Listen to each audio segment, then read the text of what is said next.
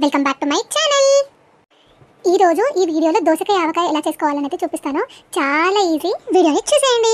నేనైతే ఇక్కడ ఒక దోసకాయదే ఆవకాయ పడుతున్నాను. దీన్ని మిక్సీ పట్టుకోండి. 2 స్పూన్స్ ఆవాలను అయితే వేసుకుంటున్నాను. చూస్తున్నారు కదా, ఇలా ఫైన్గా మిక్సీ పట్టుకోవాలన్నమాట. ఈ ఆవ పిండిని సైడ్కి పెట్టుకోండి.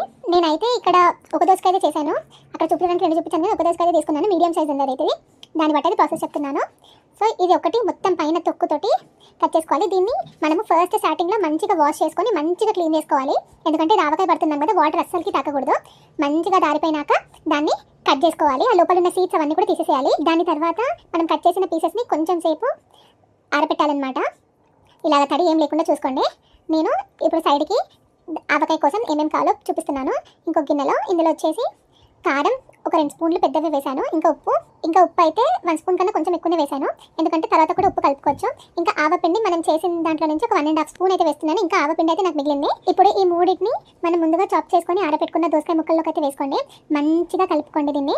మీకు కారం ఇంకా కావాలంటే ఇంకా యాడ్ చేసుకోవచ్చు, మీ టేస్ట్ని బట్టి. నాకైతే ఇంత కారం సరిపోతుంది. ఆవకాయలకు ఎప్పుడు పల్లి నూనె వాడితేనే బాగుంటుంది. నేనైతే ఇక్కడ పల్లి నూనెనే వాడుతున్నాను. నేనైతే ఇప్పుడు ఒక కప్పు మెజర్మెంట్ తీసుకుంటే దాంట్లోకి వచ్చేసి హాఫ్ కన్నా తక్కువనే వేసుకున్నాను. ఓన్లీ ఇది ఉత్త నూనెనే వేసుకోవాలి, ఏం హీట్ చేయాల్సిన అవసరం లేదు. నార్మల్ నూనెనే వేసుకొని దాన్ని మంచిగా కలుపుకోండి. ఇది కలిపినాక లాస్ట్లోకి కొంచెం పసుపునైతే వేసి కలుపుకోండి. మీరు కలిపేటప్పుడు మీకు కొంచెం నూనె తక్కువనే అనిపిస్తుంది, కానీ మనము నెక్స్ట్ డేకి అది మొత్తం పట్టుకుంటుంది కదా ఆ నూనె అంతా ఆ ముక్కలకు అవన్నీ, అప్పుడు ఇంకా ఎక్కువ అనిపిస్తుంది. పొద్దునకి ఈ ఆవకాయ అంతా ఊరిపోతుంది. ఒకడే చేసి పెట్టండి, నెక్స్ట్ డేకి తినండి, చాలా బాగుంటుంది.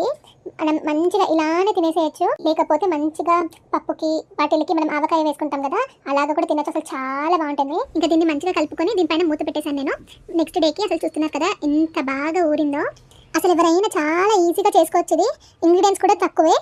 మీరు ఒకసారి ట్రై చేసి మీకు ఎలా కుదిరిందో కామెంట్స్ అయితే పెట్టండి. ఇంక చూస్తేనే నోరు ఊరిపోతుంది అనమాట. నేనైతే ఇంకా నార్మల్ వైట్ రైస్ అయితే తిన్నాను, దాని తర్వాత పప్పు అన్నంతో కూడా తిన్నాను. చాలా బాగుంది. ఈ వీడియో కనుక నచ్చితే తప్పకుండా లైక్ చేయండి, షేర్ చేయండి, అండ్ సబ్స్క్రైబ్ చేయడం అయితే మర్చిపోకండి. బెల్ నోటిఫికేషన్ ఆన్ చేసుకోండి, అప్పుడే నేను పెట్టే ప్రతి ఒక్క వీడియో మీ వరకు అయితే వస్తుంది. Thank you for watching.